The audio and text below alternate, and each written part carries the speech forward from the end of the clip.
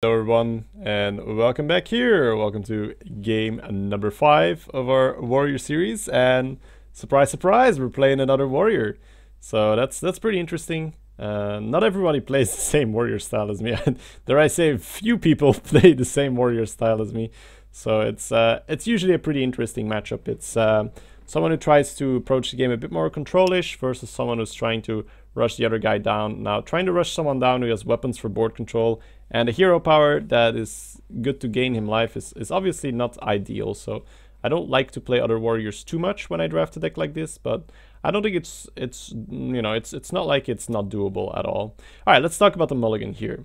You've heard me talk about that particular 3-drop all the time, right? You've heard me say we have no 3-drops, so I'd rather have coin, but our 3-drop showed up, so let's keep it. It's the only 3-drop that we have. I'm going to mulligan both the Heroic Strike and the Slam because I'm going to aim for a card that I can actually play on turn 2, like a Mad Bomber or a Loot Hoarder. Well, preferably not a Loot Hoarder, but, you know, rather a Loot Hoarder than Armor Up. So I'm aiming for a River Croc, a Mad Bomber, a Bloodfen Raptor, Fairy Dragon. Any of those cards would be great here. We have no Fiery War Axes in the deck, unfortunately, but... Alright, so not the greatest mulligan, but I think it's still correct. We have no coin, and either we're going to brick on turn 2 or turn 3, so I mean, I might as well keep the turn 3 and at least be guaranteed that we have somewhat of a respectable creature to play then. So our opponent's going to coin out a Nerubian Egg, which is usually a bit fishy, right? Try to always think about what something means when your opponent plays something. What does it mean if he coins out an egg? To me, I'm immediately thinking... Abusive Sergeant, Cruel Taskmaster, Dire Wolf. I'm thinking like, okay, he's got something to follow that up with. Why else would you coin the egg? If you have a regular 2-drop, play the 2-drop rather than coining the egg. If you don't have any activators, you're not going to coin an egg. So try to instantly create that link, especially if you are on somewhat of a respectable win rate. We are 4-0 right now, so it's not like we are playing a brand new player. So try to read into your opponent's plays. Unfortunately, we did not hit our 2-drop, so we are forced to hero power and pass. Obviously, we're not going to slam the egg for him. So here, I'm expecting a Cruel Taskmaster or a Dire Wolf, or, you know, he armors up. So, okay, I'll tell you what read that gives me. That gives me a read that the thing that he had was an Abusive Sergeant. Now, that might be right, that might be wrong, but, you know, it's better to have speculation about your opponent's play rather than complete nothing. So to me, this is extremely fishy. He coined out the egg and then nothing, right? He's armoring up. To me, that's like, okay, buddy, I think I'm on to you, right? You've got an Abusive. Maybe you've got a Dire Wolf. Maybe you got a Taskmaster, but in my opinion, it's wrong. Maybe he's afraid of cleave and he doesn't want to play the Dire Wolf, but hey, do you care if I'm going to cleave your egg? No. So I think if he had a Taskmaster or a Dire Wolf, it's a straight up a misplay not to play it here. So right now, I'm operating under the assumption that our opponent does have a Abusive Sergeant. Now, there's not a great play around it, but playing the Blackwing Technician will do. At least he doesn't kill the Blackwing Technician with the Abusive Sergeant. So we'll see what his follow-up play is here for turn 3. He might still play the Activator off curve. He might just play a 3-drop. Looks like he's going to play the Activator off curve, but it is a Cruel Taskmaster. I want to pause the recording for a second to say that I think that is a misplay. He should have played that on turn 2 regardless. He should have developed his board. One of the only beats would have been a Silence, and if I'm going to play an Owl on turn 2, who gives a crap, right? I mean, I've just played Owl on turn 2. It's really not relevant.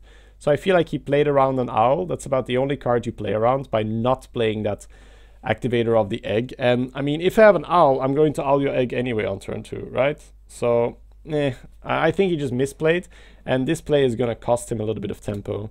He could have played a 3-drop on this turn, but instead he has to play his Activator because he was too cheap to play it on curve. Because it did come from the left-hand side. He did not top deck the Cruel Task. Okay, so here we have a little bit of a, I don't know, an annoying situation. I could board clear, right? I could throw my Core Chronolith into the 4-4 and throw my 2-2 into his 2-2. But we've established that multiple times that my deck doesn't win in that way. Now, I think here I'm slightly too aggressive. I think what I should have done is I should have played the Core Chronolith, dealt 4 face damage, and then traded my 2-2 into his 2-2. what I'm going to do is I'm going to play the Corcoran and go full phase. Now that is that's aggressive, and we see that there's a slight punish for my aggressive play, but all in all it turns out okay. And you know, it's extra phase damage that is quite important, but here I feel like I played a little bit too much into, say, a Direwolf, a second Cruel Taskmaster, you know, anything that deals 1 damage, and he no longer has to invest his 4 and 4 into my 4/3, but rather only his 2 and 2. So for the extra 2 phase damage, I don't think it's worth it. These guys should have traded. So as I said, I want to point out potential misplays that I catch while watching the recording. I think it's important to grow as a player yourself, that you don't have this distorted image of how good you are. Make sure that when you catch a misplay, you actually admit it to yourself, and you're like, oh, okay, I played wrong here. There's nothing wrong with that. Everybody makes mistakes. I mean, if you are watching this recording and you're thinking like, let's say you are someone that's still quasi-learning the game. If you see someone that's, right now I'm averaging, I think, 7.8 wins per arena run. If someone with a record like that, I mean, sorry guys, I sound so full of it, but it's like, just trying to make a point here, right? If someone with a 7.8 average makes mistakes and is able to admit that to themselves, why would you not do that for yourself, right? So I know that a lot of people don't have any issues with that. I know that some people have issues with that. So I want to help out everyone and say, like, try to look at your play without being biased. Just look at it like it's someone else's play, and then be like, be as critical to your play as you would to someone else's play. And that's really the quick growth secret. Just don't have any ego, look at your play and say, like, if it's wrong, right? And here we get punished with the Whirlwind. He's able to trade in his 2 and 2 rather than his 4 and 3. And now he gets to free kill my creature, or go face for 4, both are an option. So he's going to be aggressive in return. I don't think that's necessarily right. I don't think that's necessarily wrong. I think it's a stylistic option. He, once again, here the difference is that I don't have a weaker creature to kill this guy with. And even if I have a Fiery War Axe, I would have probably used the War Axe into the Cobra. Same goes for Death Spite. Same goes for Arcanine Reaper. So I think my opponent made the right call here by not free killing the minion. I mean, there are some beats, but I would have probably used them last turn rather than just playing the Corcoran. I would have used Shattered Sun last turn, I believe, to kill his Taskmaster for free. So he has a fairly good read that I don't have a Shattered Sun Cleric. Alrighty guys, on with the next play. Here, fairly diverse options. I feel like it's best to slam the 4/3 and then to use the Blackwing Tech into his minion, see what we get. And then just put the Fairy Dragon down. Fairy Dragon trades up nicely with the Cobra. I could Heroic Strike the Cobra, but right now the Fairy Dragon deals with it, so I don't see the argument for using the 4 potential extra reach or the, you know, quote-unquote faster card, because Heroic Strike is instant, you know, affects the board immediately. Fairy Dragon does not. So if I'm not under a lot of pressure, I rather use my slow cards rather than my fast cards. Also, there's the added benefit that if our opponent is greedy and does not kill our Fairy Dragon, we have the Argent Commander to free kill his Cobra. So we are setting him up for a potential misplay. So he trades his Corcoran into my Fairy Dragon, which is, that's not a good trade, but I think it's correct. I can understand my opponent's reasoning, right? He's thinking, well, assuming that the Corcoran was his only play, right? So that's the base assumption. Corcoran was his only play. Then I think it's correct. Let's say that his hand is full of unplayable cards and the Corcoran's the only thing he could have done. I think trading into the Fairy Dragon is correct then, because what if I play a Draconid Crusher right now? Would you rather have a 4/3 or a Cobra against the Draconid Crusher? You'd probably rather have the Cobra, wouldn't you? So when looking at that play, on first glance, I was like, that's wrong. Why would you make that trade? But then I'm like, no, it's correct. Cobra is just a better creature at this point of the game. So the extra damage on the Corcoran really isn't going to help more than the poison effect on the Cobra. So I agree with my opponent's play. It's just unfortunate for him that we do have a good counter to it. We do have the Argent Commander to just kill the snake for free. So I feel like this is really the turn where we get on board and have, you know, just a really, really sweet turn. I feel like this is where we really get ahead. That is a huge swing in power. So we'll see what our opponent follows up with. And now we suddenly have a lot of reach in our hand. So now the game could spiral out of control rather fast. But you see that up till now, we had to play really conservative. There wasn't really as much face hitting. After that one face hit, really had to slow it down.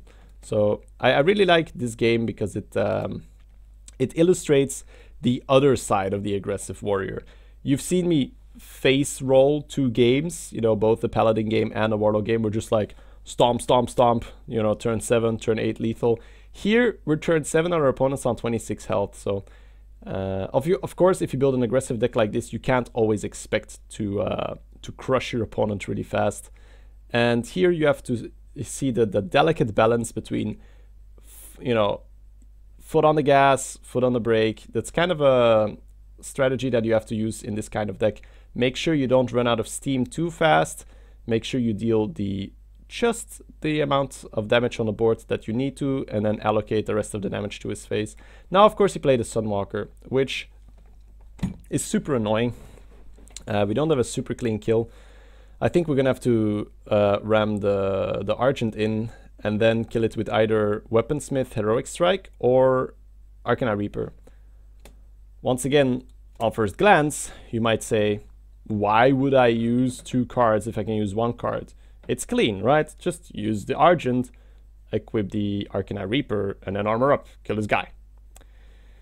I'm thinking that leaves me with just a weapon on board, whereas if I use the Arathi Weaponsmith and the Heroic Strike, yes, you invest slightly more resources, but on the other hand, the Arathi Weaponsmith is also a minion that will stay on the board, so it's not really that you invest 2 cards, you invest half of a half, if that makes sense, right? You invest the Heroic Strike, right? And then half of the Arathi Weaponsmith is the weapon, and then you're using half of that weapon. So I'm not going to say that it's a more economic play, not at all. The most economic play here is to use the Arcana Reaper. But are we just out to get the most card advantage, or are we out to get better board control? I personally want to get board control. I don't think the card advantage matters too much right now. Right now we're in a comfortable position. We've got a lot of cards. So I say don't be too greedy and go for the board control instead. Which for me is, you know, playing the Weaponsmith and the Heroic Strike, using our minion to knock off the shield. So once again, excuse me guys, if a play seems easy, think about it for a little bit. Make sure that it is the only viable play. You know, use your time in your turn to, you know, dot all your I's, cross all your T's. Make sure that you are making the right move. You know, your brain just works better if you give it more time. So you see me rope quite a bit. It's kind of a weird image, right? I'm a really aggressive player, but I rope a lot. It's not because you play aggressive that all your moves are super easy. So in order to gain the maximum efficiency in being aggressive, use your time, you know? Use the time that you have in the game. Give your brain the time to make the perfect move. All right, so I like this turn because the Corruptor didn't activate and he played something that was gonna die to our weapon. So here we draw Battle Rage. Battle Rage is quite an interesting card here because we have board control. We bought board control by having that 3/3 on the board. If we had opted for the weapon last turn, it would be really awkward. We would have to do something like play the Korkron to kill the 2/2, use our Arcanite Reaper into that, and then Arcane Golem him to the face. Wouldn't have been that awkward, but I like this play more because now we can fully use our 2 damage weapon and save our premium weapon, the Arcanite Reaper, for either face damage or killing more problematic minions.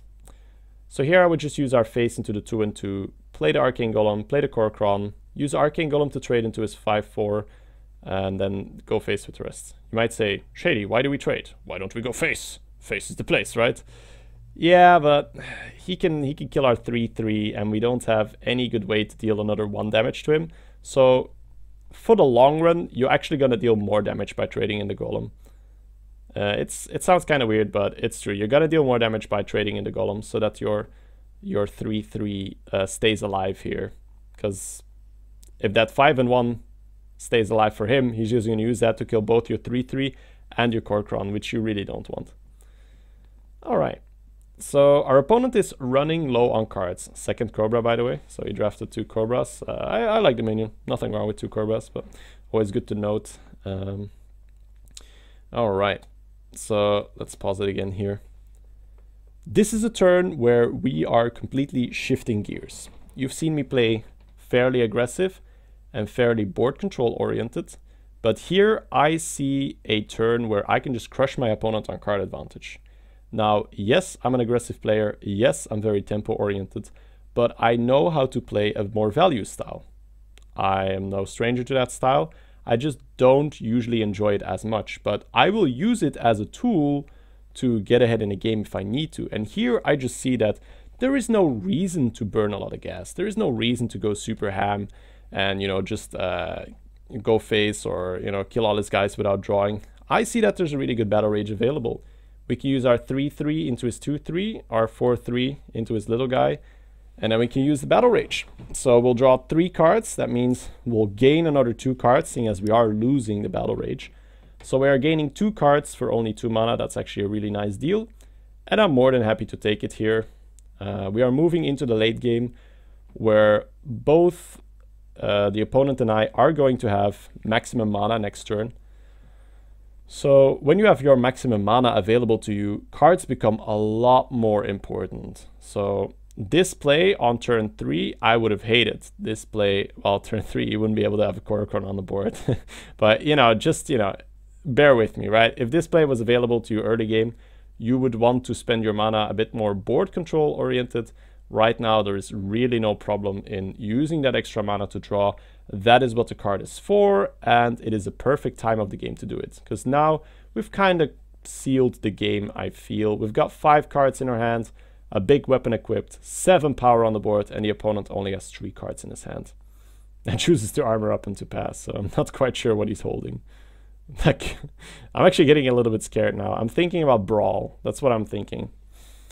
So I feel like the best play here is to just put the Sneed Shredder down. It's the second game that we see the Sneeds, and here he's perfect Brawl insurance. Either Sneeds is going to win the Brawl, which I wouldn't hate, or Sneeds is going to lose the Brawl, and then he's going to spawn another legendary minion. So I don't think there's anything wrong with that. We just put the Sneeds down, hero power, and I would use my weapon into his face because we have a Arathi Weaponsmith in our hand, and that means that next turn we could deal an extra 2 damage by swinging with the weapon now. So we have more chance of a lethal if we use that Arathi Weaponsmith. Alright, so this is quite interesting. Our opponent's at 11 right now. The lethal is clearly on the table. So let's see how he reacts. He held the 3 left cards last turn. So if he has a Brawl, he's going to have to use it right now. And not quite a Brawl, but more of a revenge. So pretty good. He gets to basically Hellfire my side of the table. But there's really no problem with that. He didn't want to damage his own Hungry Dragon, that's why he didn't play it before. But that's going to end up killing him, because with that Hungry Crab and my Arathi Weaponsmith, I have perfect lethal. So there we go, guys. I was happy to throw in this game because this was a prime example of where we shifted gears quite a bit. We went from going super aggressive, going to his face, into more of a board control mode, into more of a card control mode. So lots of different aspects of, the good arena player showing in this game, and hopefully you can take away a lot from this particular game. I think it's especially good to point out that you're not always using one style. You're mainly using one style, but sometimes you're gonna have to dip into other kinds of play styles to maximize your efficiency as an arena player. Alright guys, I'll see you all tomorrow for game number 6.